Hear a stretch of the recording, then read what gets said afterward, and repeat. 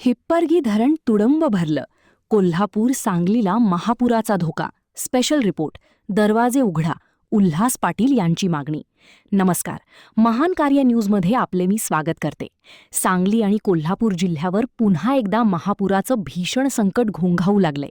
दोन्ही जिल्ह्यांना महापुराचा मोठा धोका निर्माण झाला असून परिस्थिती अत्यंत चिंताजनक बनलीय. याला कारणीभूत ठरतंय ते म्हणजे कर्नाटकच्या सीमेवरील हिप्परगी धरण, जे सध्या तुडुंब भरलं आहे.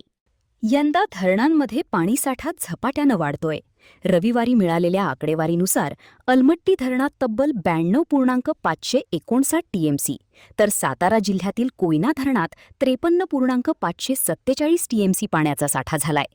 पण दुसरीकडे जमखंडी आणि अथणी तालुक्याच्या सीमेवर असणारं हिप्परगी धरण पूर्णपणे ओव्हरफ्लो झालंय.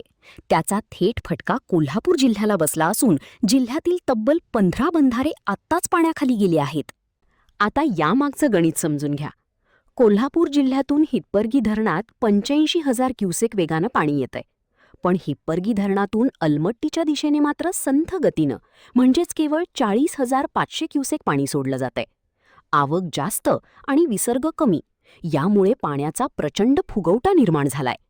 नुकतंच शिरोळ तालुक्यातल्या श्री क्षेत्र नृसिंहवाडी येथे कृष्णा पंचगंगेचा दक्षिणद्वार सोहळा संपन्न झाला. त्यानंतर अलमट्टी आणि नारायणपूर प्रशासनाची मागणी वाढल्याने हिप्परगीचे काही दरवाजे उघडले गेले. पाणी 2.25 मीटरने खालीही उतरलं. पण 3 ते 4 दिवसांतच हिप्परगी धरण प्रशासनाने पुन्हा दरवाजे बंद केले. आणि याचाच फटका बसून शिरोळ तालुक्यातल्या उदगावपर्यंत पाण्याचा बॅकवॉटर फुगवटा आला. पंचगंगा नदी फुगली आणि कोल्हापूर जिल्ह्यातील 15 बंधारे बुडाले. पण सर्वात धक्कादायक आणि संतापजनक बाब काय असेल तर महाराष्ट्र सरकारचा ढिसाळ कारभार. हिप्परगी धरणाचे सर्व 22 दरवाजे उघडा आणि पाणी अलमट्टीच्या दिशेने सोडा असं सांगणारं एकही अधिकृत पत्र किंवा आदेश अद्याप महाराष्ट्र सरकारकडून कर्नाटक प्रशासनाला पाठवण्यात आलेलं नाही. महान कार्य न्यूजने जेव्हा थेट हिप्परगी धरण प्रशासनाचे वरिष्ठ अधिकारी विठ्ठल नायक आणि तिथल्या रेसिडेंट ऑपरेटर यांच्याशी संपर्क साधला, तेव्हा त्यांनी स्पष्ट केलं की आमच्याकडे महाराष्ट्र शासनाचा कोणताही आदेश किंवा साधे निवेदनही आलेले नाही.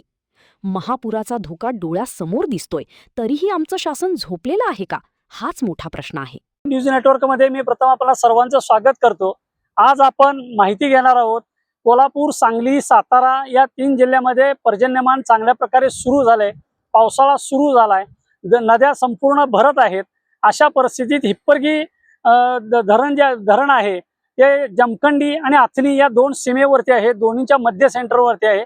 आलमट्टीवरती आपण आलो आहोत. विठ्ठल नायर म्हणून इथले जे अधिकारी आहेत, मुख्य अभियंता आहेत, त्यांच्याशी आपण बातचीत केली होती काल परवा. सगळे दरवाजे आपण ओपन केलेत आणि आलमट्टीला पाणी सोडतंय असं त्यांनी सांगितलं होतं. नारायणपूरला पाणी कमी आहे.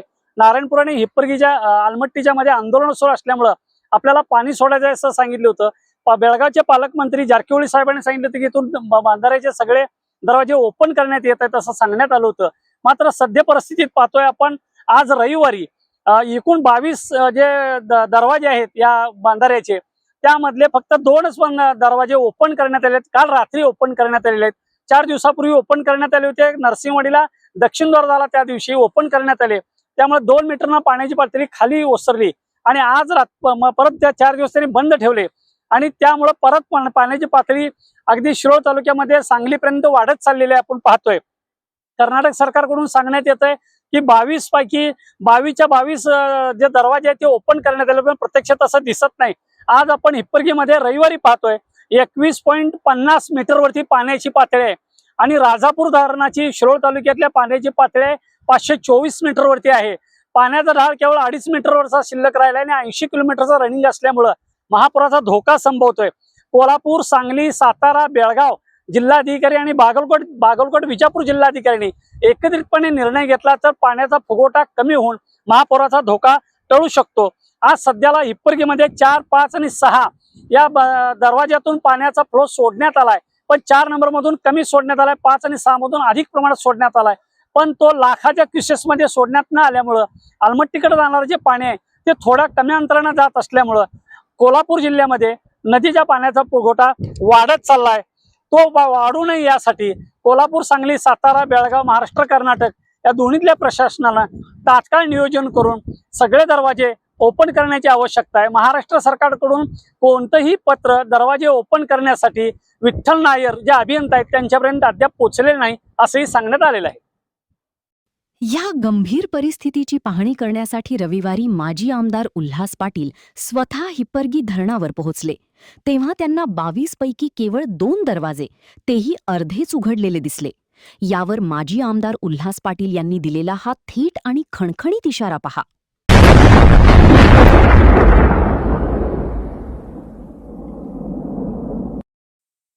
नमस्कार. आपण आता उभे आहोत हिप्परगीच्या बॅरेजवरती. या बॅरेजच्या माध्यमातून आपण बघायला लागलोय एवढ्या मोठ्या प्रमाणामध्ये येणारं वरनं पाणी आज या बॅरेजच्या माध्यमातून अडवून धरलेलं आहे. 22 गेट असणारा हा हिप्परगी बॅरेज आज आपण बघायला लागलो. या ठिकाणी फक्त 2 गेट पूर्ण उघडे आहेत आणि तिसरं गेट हे अर्ध उघडं आहे आणि जवळजवळ 2.5 मीटर उंचीनं वरून खाली पाणी पडायला लागलंय. दोन्ही राज्यातल्या सरकारांना, प्रशासकीय अधिकाऱ्यांना आपण कळकळीची विनंती करायला लागलोय. मान्सून आता नुकता सुरुवात झाला आहे, अजून यानंतरच्या काळात सुद्धा पाऊस होणार आहे आणि जरी मान्सून विचलित झाला असला तरी सुद्धा धोकादायक बाब कोणती आहे तर हा पाऊस अनियमित पडायला लागला आणि मोठ्या प्रमाणामध्ये पडायला लागला आहे. एका भागामध्ये 400-500 मिलीमीटर पाऊस पडायला लागला आहे आणि एवढं सगळं पाणी प्लस धरणातनं सोडलेलं पाणी या प्रवाहामध्ये मावणार नाही आणि हा सगळा धोका पश्चिम महाराष्ट्राला, सांगली, कोल्हापूर जिल्ह्याला उद्याच्या काळात भोगावा लागणार आहे आणि या माध्यमातून कोट्यावधी रुपयाचं नुकसान दोन्ही राज्यातलं होणार आहे. हे टाळण्यासाठी ज्या पद्धतीनं आता अलमट्टी धरणाची पाणी पातळी आहे 517.50 तेवढी या हिप्परगीच्या माध्यमातून मेंटेन केली तर उद्याच्या काळात कोणतंही संकट या महापुराच्या वतीतलं येणार नाही. हे आतापर्यंतच्या गेल्या 25 वर्षाच्या अनुभवावरून आपण ठामपणानं सांगू शकतो. धन्यवाद. माजी आमदार उल्हास पाटील यांनी जो इशारा दिलाय तो अतिशय बोलका.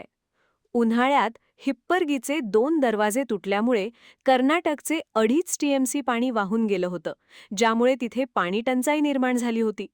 त्याच काळात कोल्हापूरच्या शिरोळ तालुक्यातील राजापूर बंधाऱ्यातून महाराष्ट्राने कर्नाटकला जादा पाणी सोडलं नव्हतं, कारण इथे स्वतः शेती आणि पिण्याच्या पाण्याचा प्रश्न होता. आता हाच जुना राग जमखंडी आणि कर्नाटक प्रशासनाच्या मनात आहे का, अशी शंका घेण्यास वाव आहे. पण हा मानवनिर्मित पूर टाळायचा असेल तर दोन्ही राज्यांच्या मुख्यमंत्र्यांनी आणि प्रशासनाने तातडीने एकत्र येण्याची गरज आहे.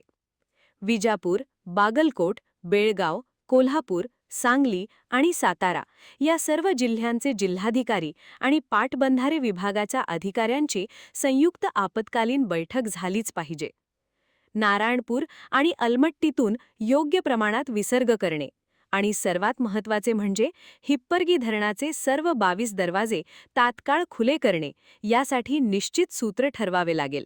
अन्यथा प्रशासकीय दिरंगाईमुळे सांगली, कोल्हापूरला पुन्हा एकदा महापुराच्या महाभयंकर संकटाचा सामना करावा लागेल, यात शंका नाही. महान कार्य न्यूजसाठी शिरोळहून महेश पवार. पाहत रहा सर्वात वेगवान आणि खणखणीत घडामोडींसाठी महान कार्य न्यूज.